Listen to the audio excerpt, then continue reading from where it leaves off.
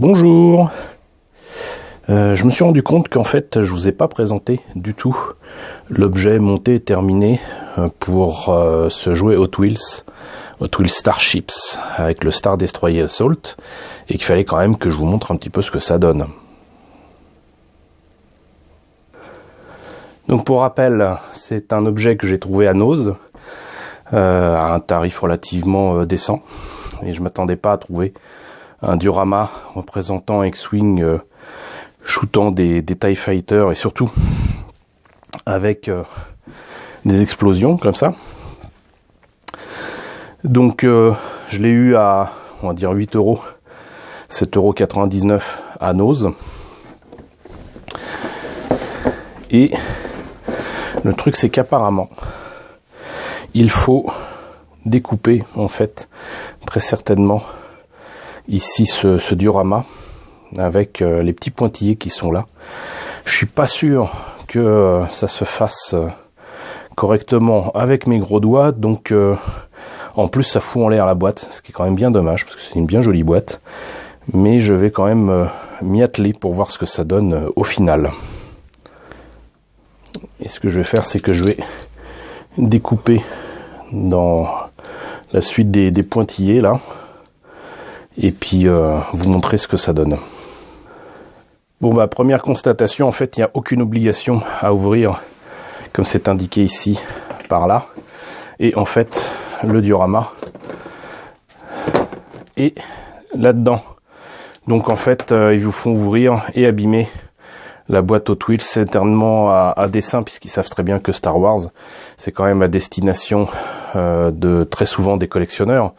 Donc il n'y a aucune obligation à ouvrir par là, et j'avais déjà commencé à ouvrir par ici pour découvrir le morceau de Star Destroyer, qui est quand même de belle taille, hein. Il est quasiment, bon, il est incomplet évidemment, mais il est quasiment de la même taille que la vieille maquette de la MT RTL, quasiment de la même taille, peut-être même plus grand que la maquette Revell récente. J'en profite d'ailleurs pour vous montrer ce que ça donne.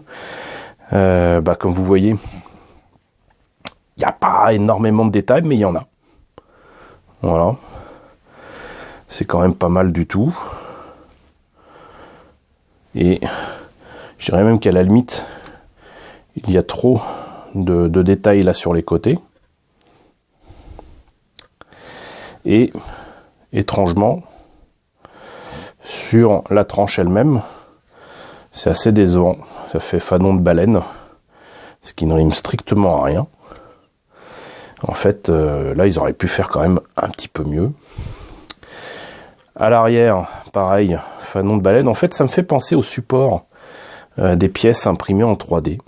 Très sincèrement, ça fait comme si, vous voyez, les supports de pièces sur imprimante 3D, ça fait un peu ça. Et l'arrière, en fait, n'est pas correctement détaillé du tout non plus, puisque normalement, ça devrait être vide. Enfin, il devrait y avoir un bord, et la partie avec les moteurs, avec les tuyères, devrait être à l'intérieur. Mais bon. Et donc, sinon, vous avez quand même des petits détails sympas avec les canons ici. Vous avez des détails un petit peu gros, mais enfin je rappelle que c'est un jouet pour la surface du Star Destroyer. Et sinon c'est quand même une bien belle pièce. Une bien belle pièce qui, du coup, si j'arrive à mettre ça correctement, je vais pas dire que c'est décevant, mais il y a quand même assez peu de choses. Bon, la boîte est pas si grande que ça, mais il y a quand même assez peu de pièces disponibles. Et il y a là donc le sachet avec les TIE Fighters explosants. Il faut juste compléter ça, du coup, par ce qu'il y a là-dedans. Donc ça, c'est ce que je vais faire immédiatement. Je vais vous montrer ce que je fais, parce que bon, je pensais me compliquer la vie avec des scotch de partout là, mais en fait, vous pouvez déloger ce carton qui était ici. Vous pouvez le déloger de cette façon là, et du coup enlever les pièces et simplement couper peut-être les élastiques c'est même plus des petites tiges en métal. Enlever les élastiques qui maintiennent tout ça en place. Bon, bah pas évident, il a fallu que je lutte un petit peu. Mais donc j'ai bel et bien le X-Wing qui n'a comme seul défaut que de ne pas avoir les bons détails sur la surface, mais qui est quand même bien solide, qui est en métal. Alors je savais que le Hot Wheels c'était pas de la merde, mais je m'attendais pas à ce que le X-Wing soit aussi lourd. C'est vraiment du métal, par le bout des ailes et bien évidemment les canons qui sont un peu gros. C'est quand même pas n'importe quoi, c'est du beau joujou. Et c'est bien lourd, très très lourd. Donc vous avez les lasers qui peuvent se mettre au bout des canons apparemment.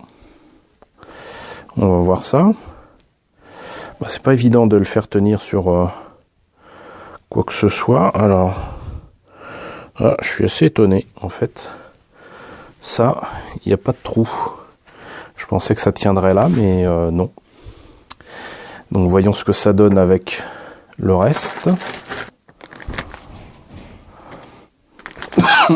Pardon. Donc, avec une main, c'est pas évident. Moi, je pensais que ces trucs-là, c'était des lasers qui sortaient du X-Wing, mais non, visiblement non. Vous avez ici différents lasers qui doivent très certainement sortir du X-Wing d'une manière ou d'une autre. Et en fait, ce sont des impacts qui se mettent apparemment sur les explosions. Voilà. Et vous avez différents trous. Là, 1, 2, 3, 4. Vous pouvez mettre les explosions dans tous les sens que vous voulez. Et très certainement mettre donc les impacts comme ça sur chacune de ces explosions. Alors là, pour celui-ci, je compte 1, 2, 3 trous. Donc largement assez pour en mettre un avec un impact, ce qui nous fait d'autres sans impact. Mais alors justement, on va vous montrer ça. Donc vous voyez, il y a quand même des morceaux de TIE Fighter avec une explosion ma foi fort jolie, si ce n'est que ça fait un petit peu trop plastique bien évidemment, mais voilà. Ici carrément le milieu d'un TIE Fighter, ici une aile, enfin panneau solaire, un autre panneau solaire, ici donc cockpit et une partie de panneau solaire, et pareil. Donc on peut dire qu'il y a pratiquement 1, 2, 3, 4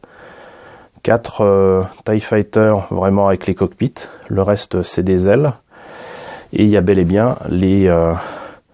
moi je compte non pas 5 mais 6 explosions. 1, 2, 3, 4, 5, 6. Et vous avez donc ce support qui permet de mettre en équilibre, j'imagine, le X-Wing. Sauf que je pensais que ça tiendrait un peu mieux que ça. Et apparemment, ça, c'est fait pour... Voilà. Vous pouvez le mettre comme vous voulez. Moi, je vais choisir de le mettre là, par exemple. Et donc ça, c'est pour les petits supports. Apparemment, donc, vous avez une extrémité faite pour aller ici dans le Star Destroyer, et ça c'est pour tenir les explosions. Donc je vais partir du principe que on va avoir des trucs plus grands, plus près du X-Wing, et graduellement quelque chose de plus petit. Voilà, on va faire ça comme ça.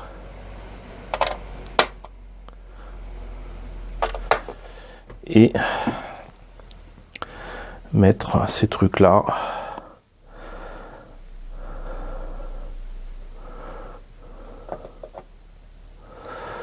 comme ça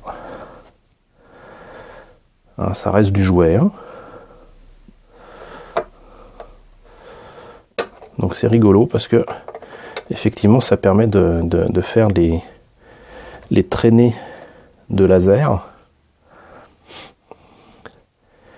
Et on peut vraiment faire ça graduellement et faire un petit diorama vraiment sympa. Moi j'aurais été môme, franchement j'aurais trouvé ça excellent. Parce que n'oublions pas que ça reste quand même un jouet. Et hop, voilà. On va faire ça comme ça.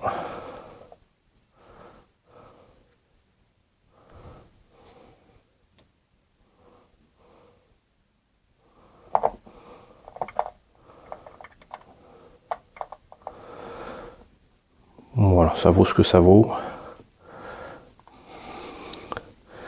En termes d'explosion.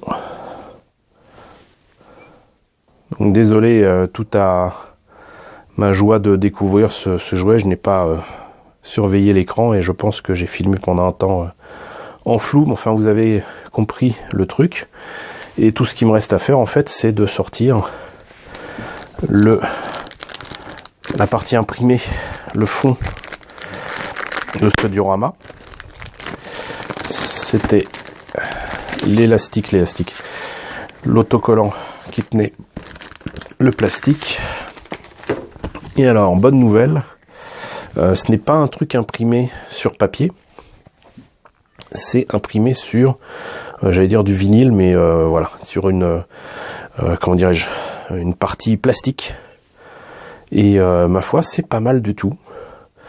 Je trouve que les vaisseaux sont assez mal mis, assez mal placés, mais voilà, c'est pas du papier.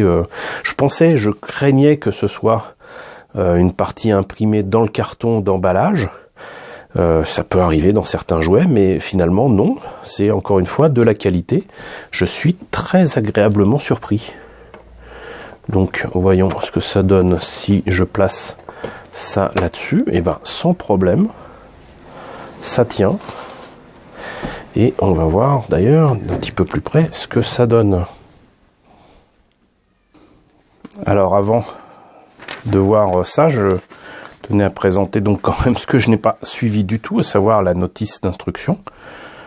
Et on observera que effectivement donc ce bras articulé est fait pour le X-Wing, mais apparemment on peut ajouter un autre bras articulé pour mettre éventuellement un TIE Fighter. Alors ce que je comprends pas, c'est que le TIE Fighter est présenté noir comme celui du First Order. J'imagine qu'il doit y avoir des TIE Fighter Hot Wheels en métal, mais voilà. Donc moi très sincèrement, je trouve ça pas mal du tout. Je pense même que je vais essayer de me mettre au niveau du Star Destroyer, donc je vais bouger un peu le trépied. Donc voilà, c'est quand même nettement mieux comme ça. Désolé, avec le projecteur, ça rend un petit peu blanc le Star Destroyer qui est en fait gris clair. Mais vous voyez, si je déplace un petit peu la source de lumière, c'est déjà peut-être un petit peu mieux, mais enfin ça fait des ombres qui sont pas très jolies, mais bon voilà. Donc vous l'aurez compris, le X-Wing est effectivement une partie imprimée. Le fait que ce soit en plastique, c'est vraiment bien parce que bah de toute façon ça évite d'abîmer ça à peine sorti de la boîte. Donc ça rend quand même quelque chose de vraiment pas mal. Les explosions, de toute façon, c'était la raison première pour laquelle je voulais obtenir cet objet.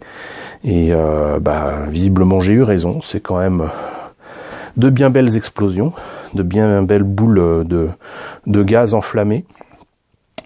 Et sincèrement, je pense que même si je m'amusais à repeindre un peu tout ça pour faire quelque chose de sympa, je vais essayer de soulever ça sans faire tout tomber parce que le X-Wing tient pas si bien que ça sur son socle. Mais vous voyez donc, le problème c'est que pour faire quelque chose de correct avec le Star Destroyer, je n'ai pas les coudées franches avec la partie imprimée derrière. Et l'illustration de la boîte rend pas mal, mais sinon pour faire ça correctement, Faudrait vraiment se contenter d'un point de vue.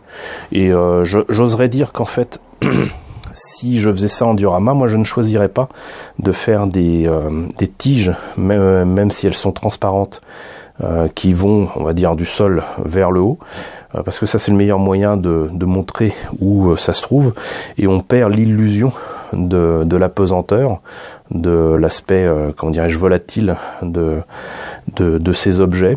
Et il vaut mieux trouver d'autres solutions. Éventuellement, moi, personnellement, tant qu'à avoir un décor derrière, je me serais amusé à faire les tiges qui sortent finalement du décor. Et comme de toute façon, on est limité à une vision pour profiter de ce diorama, ça aurait été pas plus mal et ça aurait permis d'avoir de belles explosions, tout en ayant les trous là sur le Star Destroyer pour placer TIE Fighter complet ou X-Wing qui est livré donc avec ce diorama directement dessus. Ça aurait été, à mon avis, nettement plus beau. Ça aurait demandé peut-être un petit peu plus de pièces pour que ça tienne correctement, hein. Mais moi c'est ce que j'aurais fait. Voilà. Mais bon, ça reste quand même un beau joujou. Je ne sais pas quel est le prix de vente en boutique de ce diorama Hot Wheels, mais en attendant, moi je trouve ça quand même assez joli, assez sympa. Et comme je le disais, de toute façon, vous le trouverez à 8 € à Nose. Donc ce Star Destroyer Assault Hot Wheels collection Starships, si vous intéresse, vous le trouverez peut-être dans ce magasin. Voilà, écoutez, c'était la présentation de ce jouet, de ce Star Destroyer. J'espère que ça vous a intéressé. N'hésitez pas à me dire ce qu'il en est dans la section commentaires. N'hésitez pas à liker. Les pouces vers le haut en ce moment, c'est très important. N'hésitez pas à partager. N'hésitez pas à vous abonner si ce n'est pas déjà le cas. Coucou aux nouveaux abonnés qui nous ont rejoints. On est presque 1650 désormais. C'est cool. Coucou aux grands anciens qui me suivent depuis longtemps. Merci à tous de votre fidélité. Et je vous dis à très bientôt, je pense, pour la présentation de nouveaux objets Star Wars.